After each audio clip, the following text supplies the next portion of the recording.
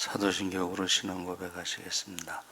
전능하사 천지를 만드신 하나님 아버지를 내가 믿사오며 그 외아들 우리 주 예수 그리스도를 믿사오니 이는 성령으로 잉태하사 동정녀 마리아에게 나시고 본디오 빌라도에게 고난을 받으사 십자가에 못 박혀 죽으시고 장사한 지 사흘 만에 죽은 자 가운데서 다시 살아나시며 하늘에 오르사 전능하신 하나님 우편에 앉아 계시다가 저희로서 산 자와 죽은 자를 심판하러 오시리라. 성령을 믿사오며 거룩한 공예와 성도가 서로 교통하는 것과 죄를 사하여 주시는 것과 몸이 다시 사는 것과 영원히 사는 것을 믿사옵나이다. 아멘. 찬송가 301장 찬송하시겠습니다. 301장 찬송하시겠습니다. 지금까지 지내온 것 주의 크신 은혜라. 한이 없는 주의 사랑 어째로 말하랴. 자나깨나 주의 손이 항상 살펴주시고 모든 일을 주 안에서 형통하게 하시네. 몸도 맘도 연약하나 새 힘 받아 살았네. 물 붓듯이 부으시는 주의 은혜 족하다. 사랑 없는 거리에나 험한 산길에 맬 때 주의 손을 굳게 잡고 찬송하며 가리라. 주님 다시 배올 날이 날로 다가와 무거운 짐 주께 맡겨 벗을 날도 멀잖네. 나를 위해 예비하신 고향 집에 돌아가 아버지의 품 안에서 영원토록 살리라. 아멘. 하나님 말씀은 레위기 19장 32절에서 37절까지 보겠습니다. 구약성경 176쪽에 있습니다.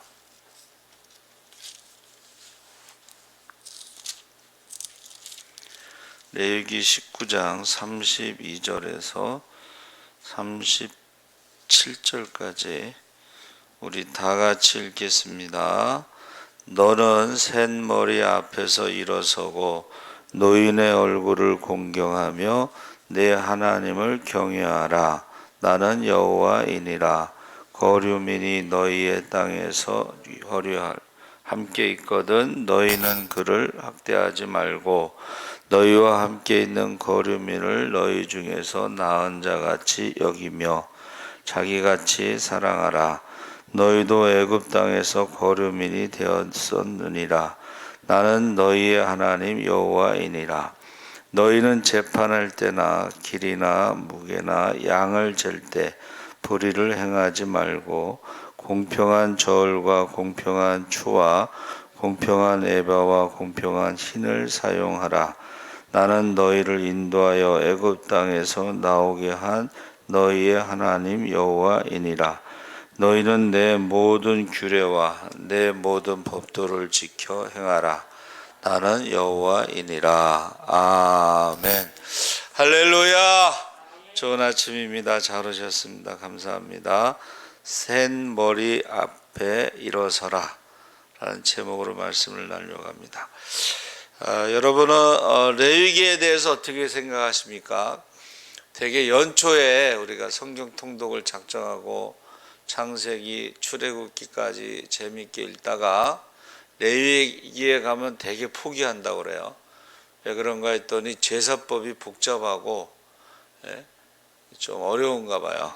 그런데 창세기는 창조에 대해서, 출애굽기는 구원에 대해서, 레위기는 하나님과의 만남에 대해서, 예배에 대해서 쓰여진 책으로 이걸 성결법전이라고도 부릅니다. 그래서 레위기 19장 4절에 너는 샌머리 앞에서 일어서고 노인의 얼굴을 공경하며 내 하나님을 경외하라. 나는 여호와이니라.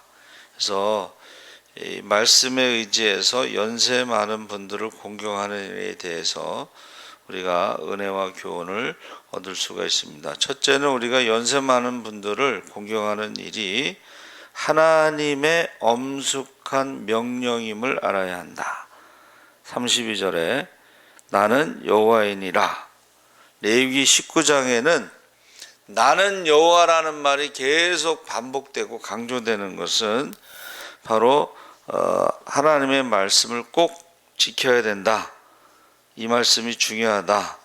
그렇게 강조하고 있습니다. 그래서 32절 끝에도 나는 너희 하나님 여호와니라.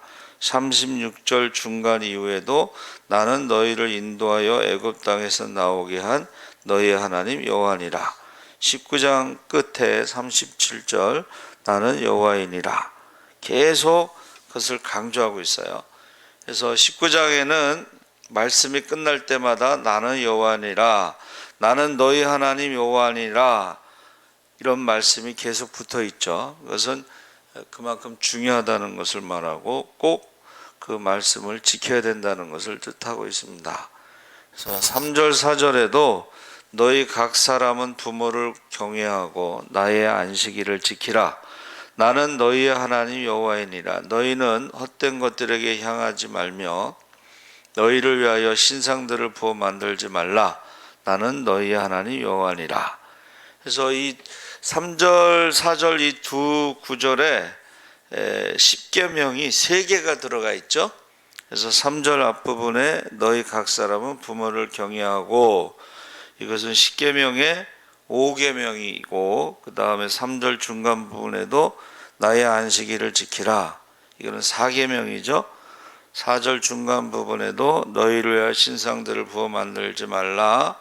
이것은 제2계명입니다. 그래서 우리가 에센스라는 말을 쓰는데 이거 화장품이 아니고 원래 그 에센스는 진수, 정수 또는 중요한 것들만 모은 것 이런 뜻이죠.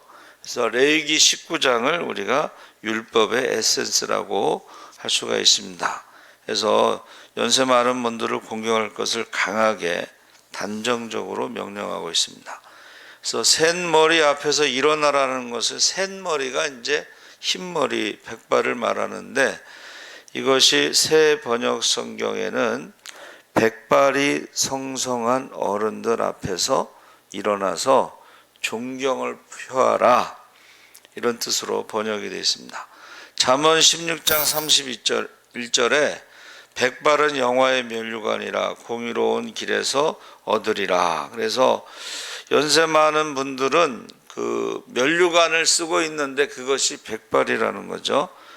그래서 제 생각에는 이제 되도록이면 염색을 안 하는 게 좋다고 저는 생각을 하는데, 근데 염색을 해야 되는 이유 중에 하나가 부모님들이 살아계실 때는 염색을 하는 게 좋겠다.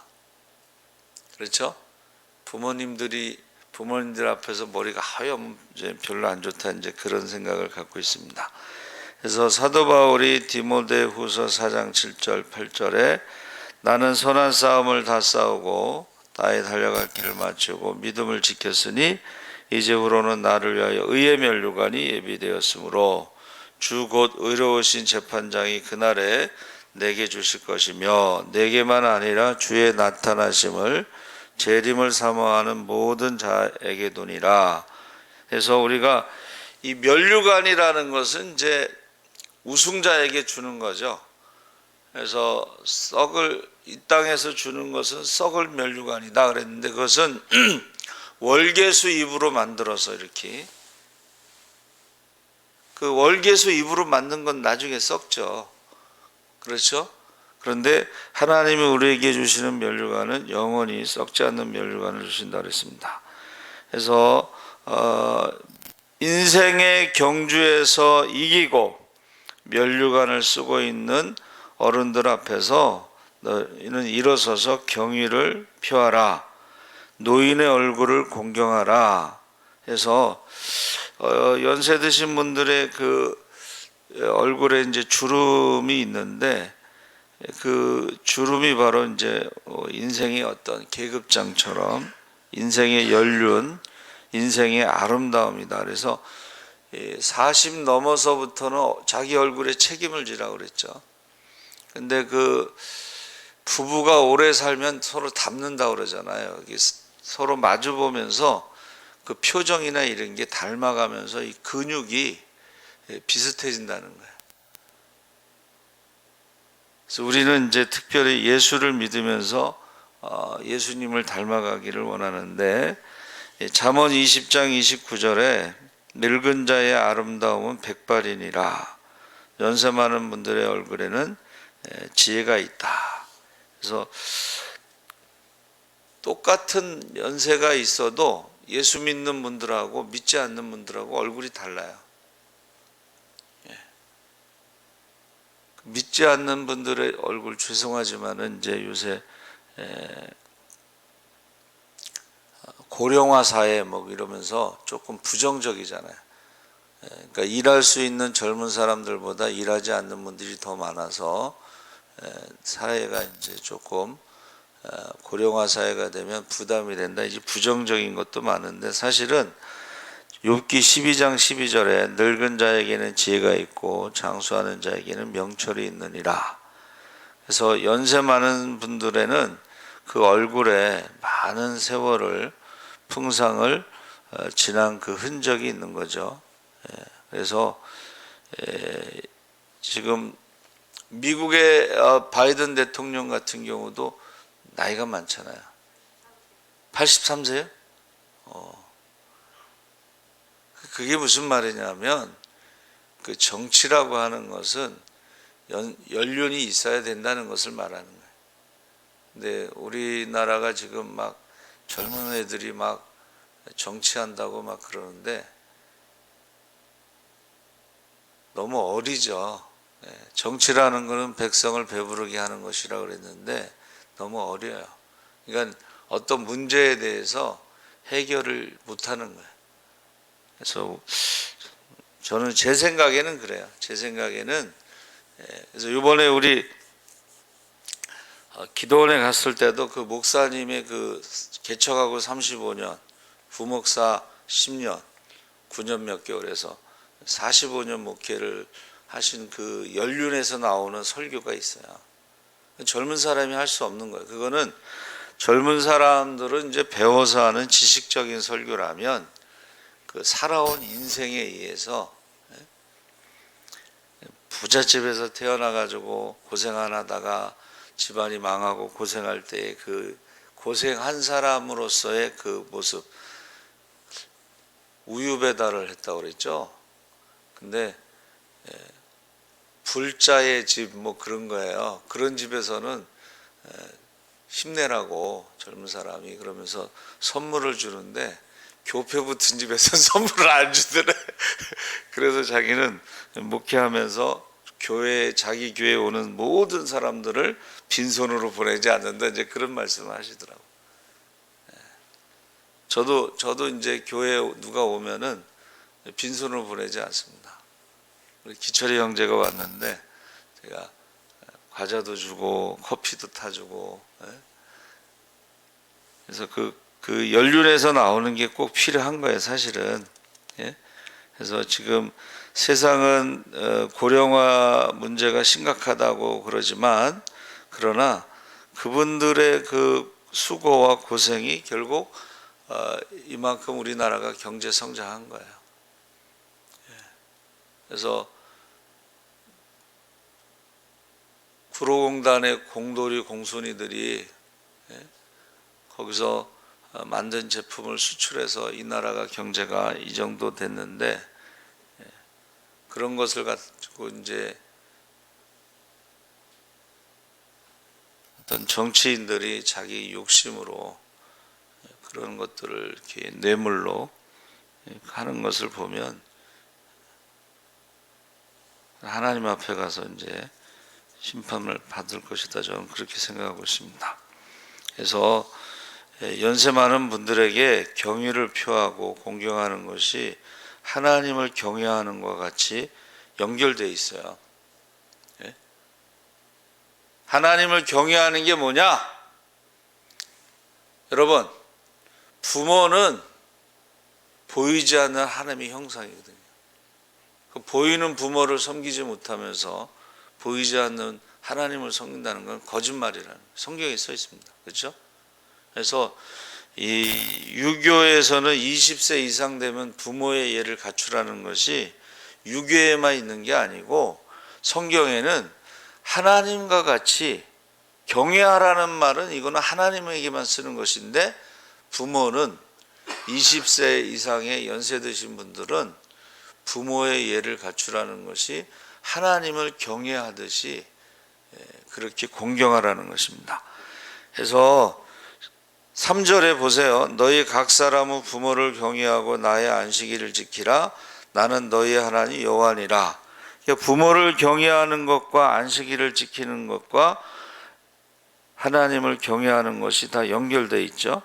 근데 연세 드신 분들을 공경하는 것도 하나님을 경외하는 것과 연결되어 있습니다. 두 번째, 우리가 연세 많은 분들에 대해서 전도에 힘써야 되는데,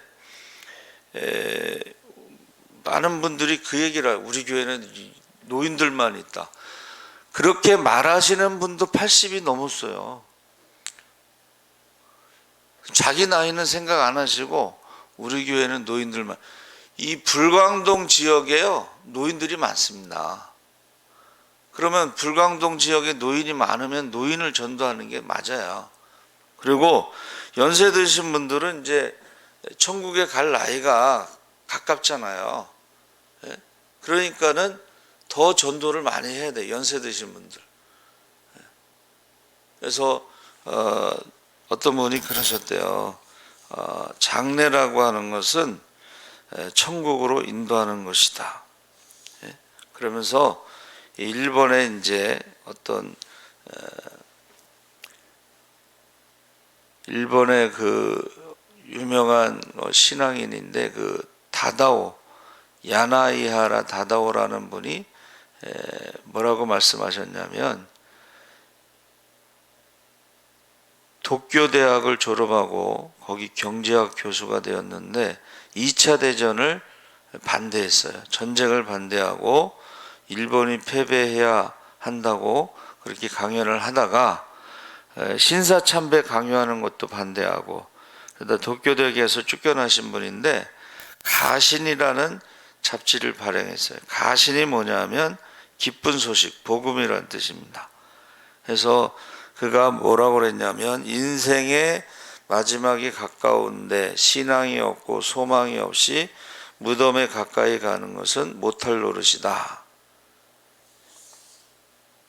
이제 지근한 나이, 지근이라는 게 뭐야? 땅에 가까운 나이가 됐는데도 신앙이 없고 하나님 나라의 소망이 없이 무덤으로 가는 것은 참 고통스러운 것이다. 그래서 뭐라고 그랬냐면, 영원한 생명의 환희를 알게 될 때 장수는 축복이 된다. 하나님 나라의 소망이 있는 것이 장수가 축복이 되는 것이지, 그냥 소망이 없이 무덤으로 가는 것은 장수가 축복이 될 수가 없다 그랬습니다. 시편 71편 8절 9절에 주를 찬송함과 주께 영광을 돌림이 종일토록 내 입에 가득하리이다.